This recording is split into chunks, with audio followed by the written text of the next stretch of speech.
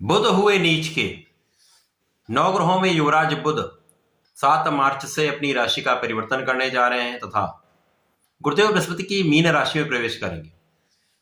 गुरुदेव बृहस्पति की मीन राशि बुध की नीच राशि है, जिसके कारण बुध अपनी नीच राशि में प्रवेश करेंगे। तो जैसा कि जो सी नियम है, जब भी कोई ग्रह अपनी नीच राशि में होता तो उसका प्रभाव निर्बल हो जाता है, उसकी क्षमता में कमी आ जाती है तथा कहीं ना कहीं से एक नकारात्मकता आने लगती है।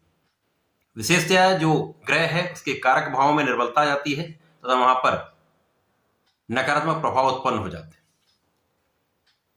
अब इस समय में जब बुध इस जगत के अत्यंत महत्वपूर्ण ग्रह हैं, जिनका इस जगत के समस्त क्षेत्रों में अपना प्रभाव होता है, जब वो नीच के होंगे तो किस प्रकार का प्रभाव देंगे। जय श्री गणेश, नमस्कार। मैं आचार्य संजय द्विवेदी। मेरे समस्त प्रबुद्ध दर्शकों का मेरे चैनल पर हार्दिक स्वागत है। आज मैं बुध के राशि परिवर्तन प्रभाव को लेकर आपके सम्मुख उपस्थित हूं। 7 मार्च को बुध मीन राशि में प्रवेश करेंगे। वहां पर पहले से ही राहु का गोचर चल रहा है, जिसके कारण बुध अपनी नीच राशि में भी होंगे। साथ ही साथ ये राहु के प्रभाव में आकर जड़ दोष में जाएंगे। जड़ दोष का अर्थ ही है कि जिस कार्यकत्व का स्वामी बुध हैं, उस कार्यकत्व में जड़ता आ जाती, स्थिरता आ जाती।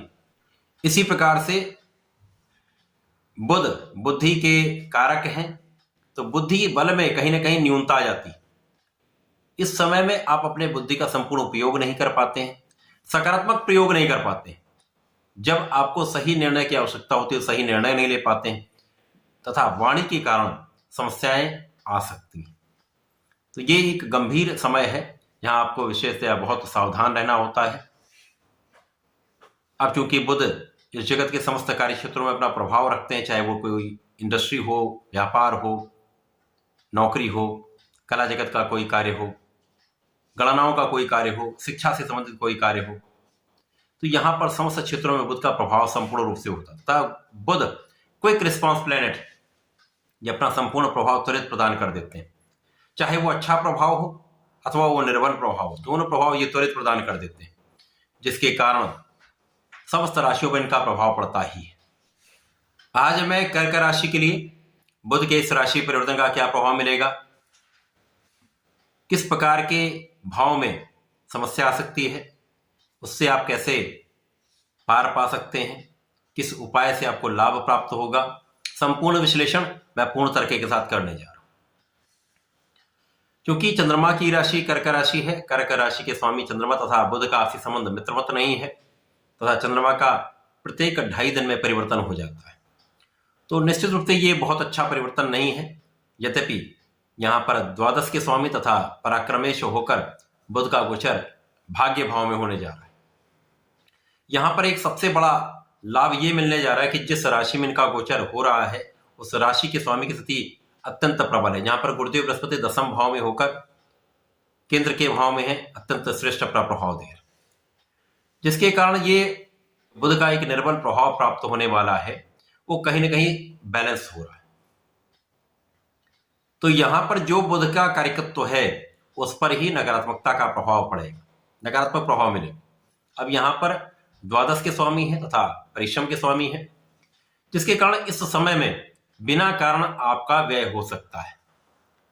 जिस कार्य में आपको व्यय करना होता है उस कार्य में व्यय नहीं होता है, अनावश्यक कार्यों में आप अपना व्यय करने लगते हैं। अनवांटेड एक्सपेंसेस होते हैं जो आपके लिए तनाव का कारण बनते हैं। यात्राएं बढ़ जाती हैं, बिना कारण से यात्राएं होती हैं, उन यात्राओं में लाभ कम मिलता है, थकान अधिक होती है, शारीरिक कष्ट अधिक होता है। इसी प्रकार से आपका परिश्रम कम हो जाता है। जब आपका परिश्रम कम होगा तो निश्चित रूप से कार्यक्षेत्र में उसका प्रभाव पड़ेगा।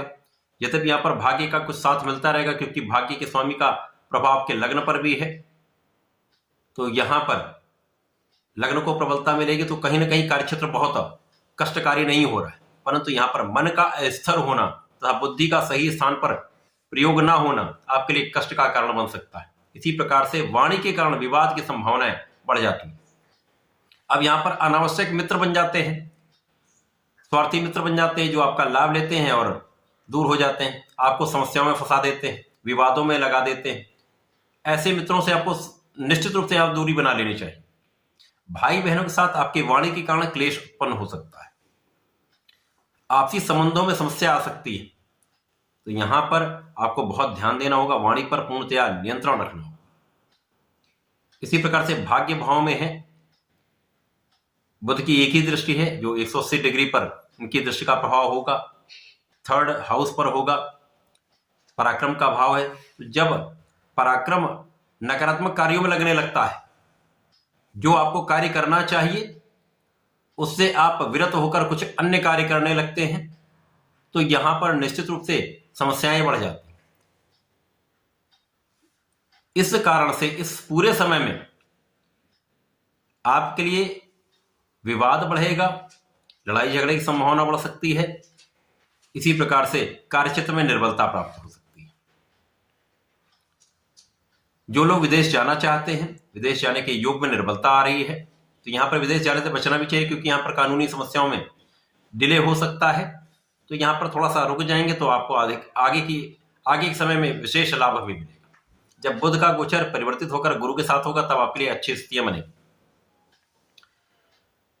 निश्चित रूप से ये जो बुध का परिवर्तन कर्क राशि के लिए है, एक अच्छा परिवर्तन नहीं है।